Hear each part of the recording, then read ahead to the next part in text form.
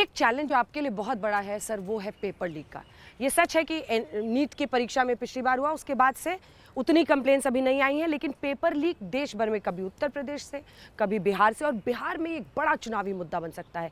छात्र, देखिए ये तो पॉलिटिक्स से परे है, कोई राजनीतिक पार्टी विरोध में बैठ सकती है, लेकिन पेपर लीक तो बच्चों से जुड़ा हुआ है, उनके परिवारों से जुड़ा हुआ है, उनके भविष्य से जुड़ा हुआ है। पेपर लीक के इस त्रासदी से आप देश को कैसे मुक्त कराएंगे? देखिए, ये एक अव्यवस्था है, उसको मैं स्वीकार करता हूँ। पिछले बार भी जब नीट की अव्यवस्था हुई थी, मैं मुंह छुपा के नहीं भागा था। मैंने उसके लिए जिम्मेवारी ली थी और उसको हमने सुधारा। कोई एक सुध की भी नहीं है, जीरो टॉलरेंस करना, उस प्रकार की फुल प्रूफ व्यवस्था हम नीतिक सुधार करके, प्रशासनिक व्यवस्था करके और टेक्नोलॉजी को उपयोग करके हम कई प्रकार की उपक्रम के माध्यम से, कई प्रकार की इनिशिएटिव के माध्यम से, फिर मैं आपको जिम्मेवारी कहूँ, उस अव्यवस्था को, आज अव्यवस्था कहीं कहीं है, उसको मैं स्वीकार नहीं कर रहा हूँ, उसको शून्य तक ले पहुँचाना ये हमारी दायित्व बनती है। ये आपका कमिटमेंट है? बिल्कुल, ये कमिटमेंट जरूर बिल्कुल, पूरा होना सरकार चाहिए। भाग ही नहीं सकता। छात्रों से ही जुड़ा हुआ एक और विषय है सर, झालावाड़ में एक स्कूल की छत गिर गई, 7 बच्चे।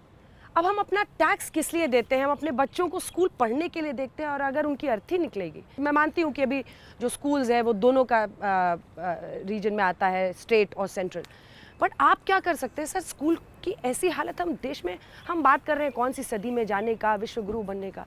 देखिए, भारत में 15 लाख स्कूल्स हैं। हमें सारे स्कूल्स की इस प्रकार की जो घटना कभी कभी आती है, इसको जब हम सुनते हैं, हमको भी बहुत, आज अभिभावक, आज भारत की नागरिक, हमें बहुत ही कष्ट होती है।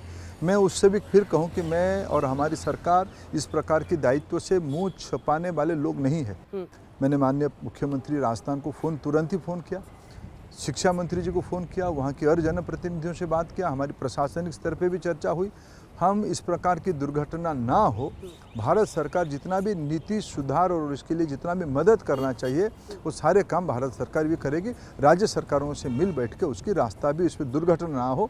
बालासोर पर अब आते हैं, चूँकि आप उड़ीसा से हैं सर, और बालासोर में भी यूनिवर्सिटी में जो घटना घटी, जहाँ पर एक छात्र को सेक्सुअल हैरासमेंट का उसने आरोप लगाया था, किसी ने बात नहीं सुनी, वो स्थानीय सांसद के पास गई और फिर कैंपस में उसने अपने आपको आग लगा लिया। मतलब उसकी पीड़ा का हम लोग कल्पना कर सकते हैं। मैं उस घटना को सिर्फ निंदा करूं या सिर्फ जिम्मेवारी लूं, दोनों चीज़ करूं तो शायद पर्याप्त नहीं होगा। बालेश्वर में 2-3 प्रकार के विषय हैं। जो घटना हुई है, इसको कितना भी चिंता जताए, निंदा करे, जिम्मेवारी ले, वो कम होगी। एक आखिरी सवाल मेरे मन में आया सर, मैं पूछने से रोक नहीं पा रही हूँ।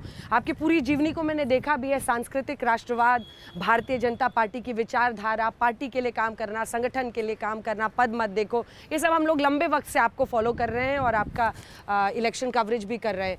अब सर, ऑपरेशन सिंदूर के बाद एक चर्चा हो रही है कि एशियन कप में क्या भारत पाकिस्तान का क्रिकेट मैच होना चाहिए?